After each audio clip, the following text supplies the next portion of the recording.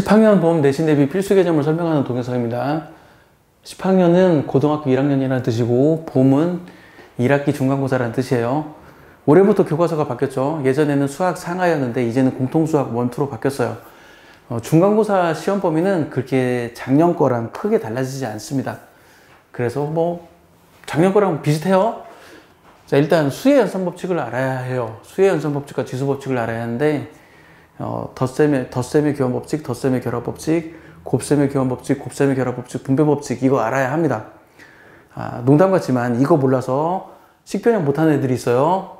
곱셈 공식 단원하고 인수분해 단원에서 이거 못해가지고 식변형 못하는 학생들이 있는데 수의 연산 법칙 정확히 알아야 하고요. 그리고 제가 적진 않았지만 뭐 차수, 개수, 상수항 이런 용어 다 알고 있어야 돼요. 그리고 지수 법칙도 당연히 알아야 합니다.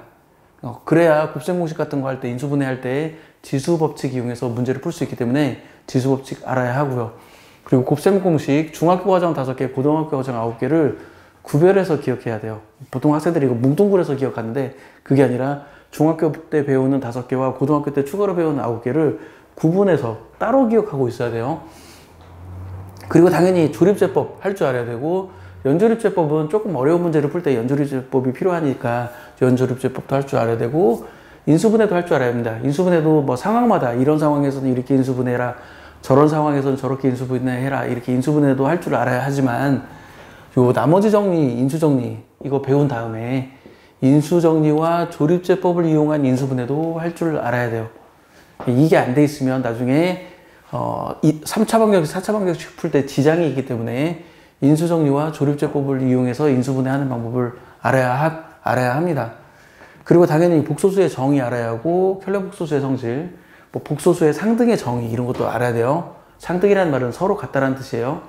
그리고 지금 내가 학교 다닐 때는 복소평면을 배웠어요. 요즘은 복소평면을 안 배우는데 복소평면을 알아두면 복소수 단원에서 특정한 상황에서 문제를 빨리 풀 수 있어서 도움이 됩니다. 그리고 수체계를 알아야 돼요. 많은 학생들이 수체계를 몰라서 시험 문제를 틀려요. 복소수는 실수와 실수가 아닌 복소수로 나눠지고 실수는 유리수와 유리수가 아닌 실수로 나눠져요.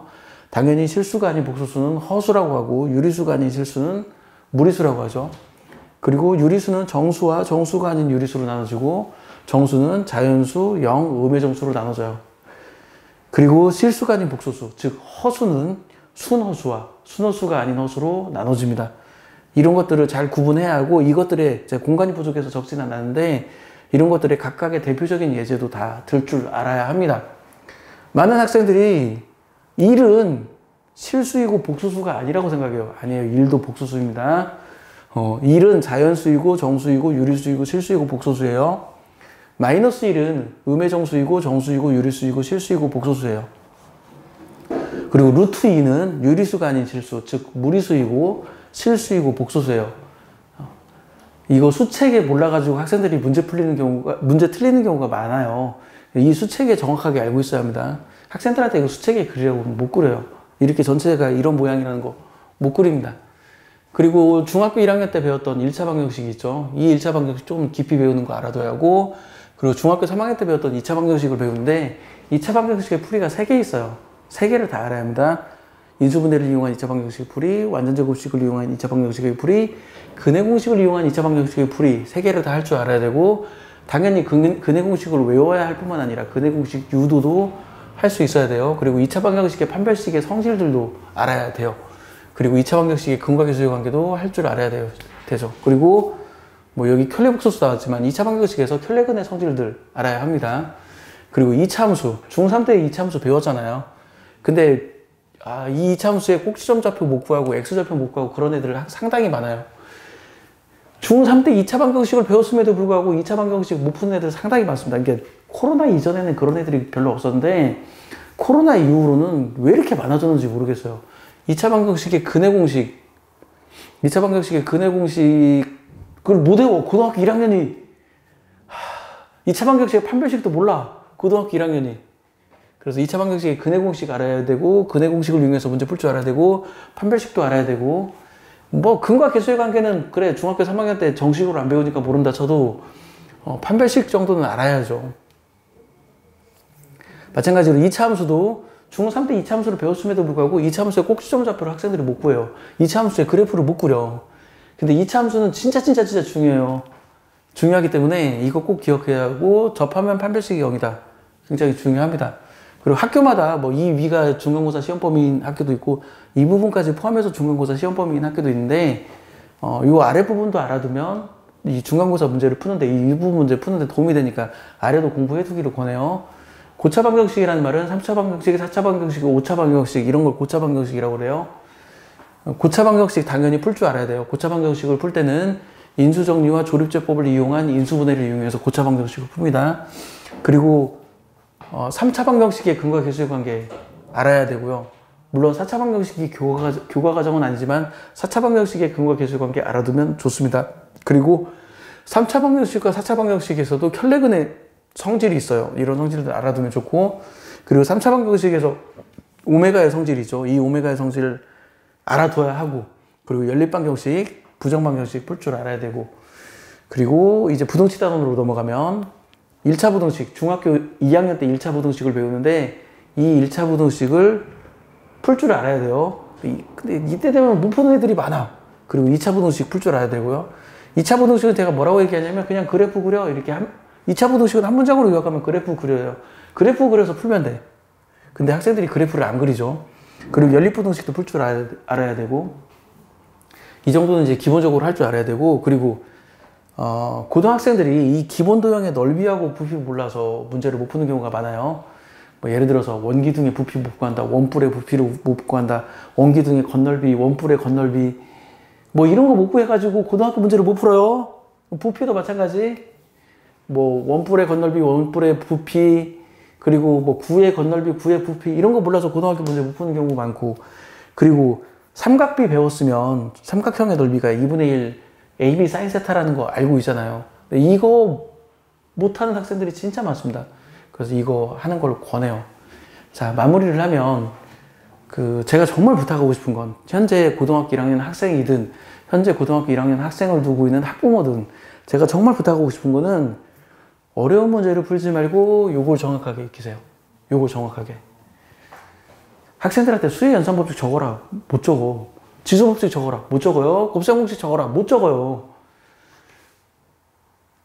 예전에는 조립제법 못하는 애들이 극히 드물었는데 코로나 이후로는 조립제법을 못하는 애들이 늘었어요. 당연히 인수분해도 어려워하고, 그리고 나머지 정리 적어라. 인수정리 적어라. 그걸 못 적어. 아니, 말이 안 되잖아요. 나머지 정리하고 인수 정리가 무엇인지도 모르는데 나머지 정리를 이용하는 문제는 어떻게 푸냐고. 인수 정리를 이용하는 문제는 어떻게 푸냐고. 근데 학생들은 나머지 정리, 인수 정리도 제대로 모르면서 나머지 정리를 이용하는 어려운 문제를 풀려고 그래. 인수 정리를 이용하는 어려운 문제를 풀려고 그래요. 그거 배우지도 못하고 배웠다 해도 시간 지나면 까먹어요. 나머지 정리 가르쳐주면 그 다음 시간 되면 다 까먹어. 그런 학생들한테 나머지 정리를 이용한 어려운 문제를 풀면 풀리냐고. 못 풀어요. 복소수에 관련된 것도 복소수의 정의, 복소수의 상등의 정의, 그리고 복소수 실수 부분, 허수 부분 이런 이야기, 이런 것들도 다 이거 기억하고 있어야 하는데 이거 기억을 못해서 학생들이 문제를 틀려요. 수책에도 마찬가지. 뭐 이거 말할 필요도 없어요. 정말 고등학교 3학년 학생들이 2차 방정식 못 풀고 근해 공식 모르고 판별식 모르고 2차 방정식의 근과 계수의 관계 몰라가지고 고등학교 3학년 애들이 수능 문제를 못 푼다니까. 2차 함수에 꼭지점 좌표 못 구해가지고 고등학교 3학년 애들이 수능 문제를 못 풀어요. 그리고 접하면 판별식이 0이다. 이 개념 몰라서 수능 문제를 못 풀어요.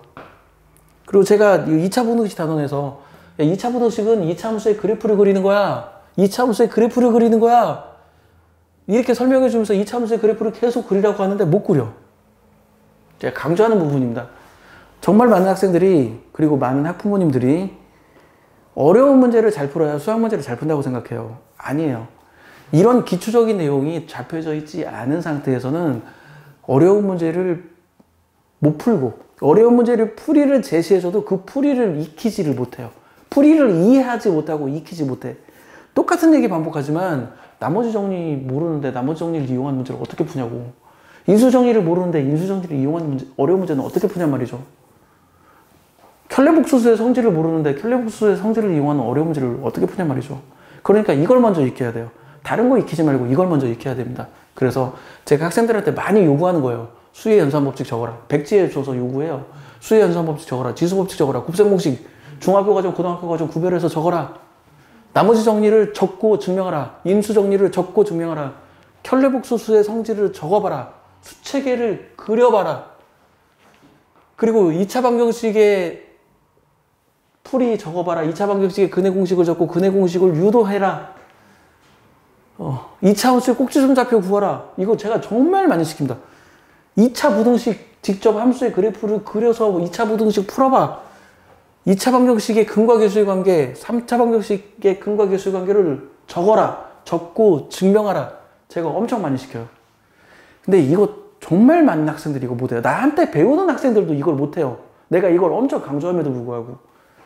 근데 똑같은 얘기 반복하지만 이걸 못하는 학생들이 어려운 문제를 어떻게 푸냔 말이죠.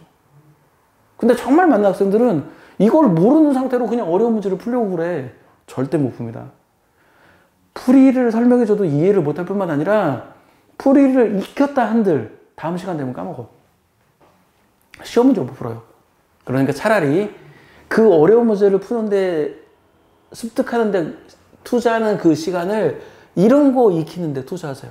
제가 학생들에게도 당부하고 고등학교 1학년 학생을 자녀로 두고 있는 학부모님들에게도 당부하는 거예요. 이게 정말 중요합니다. 이거 안 되면 아무것도 못해요. 이거를 반드시 익히기를 권합니다. 이거에 관련된 것들은 제가 동영상 촬영했으니까 재생목으로 보시면 될 거예요. 자, 지금까지 발길이었습니다. 마칠게요.